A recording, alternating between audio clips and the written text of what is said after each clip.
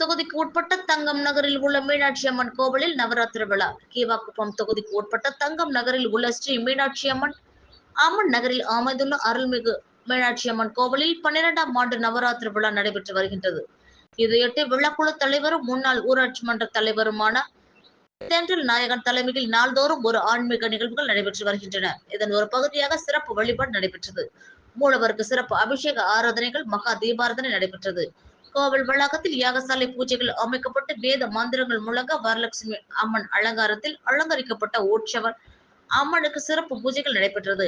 நிகழ்ச்சியில் KMG கல்வி நிறுவனங்களின் செயலர் ராஜேந்திரன், கம்பன் கழக தலைவர் வழக்குரைஞர் பூபதி உள்ளிட்டோர் கலந்து கொண்டனர். பின்னர் பக்தர்களுக்கு அன்னதானம் வழங்கப்பட்டது.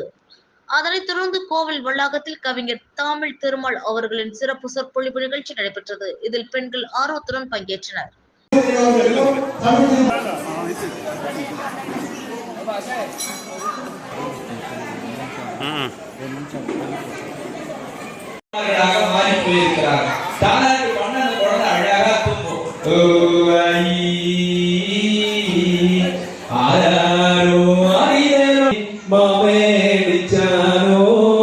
மல்லி பூசெண்டானே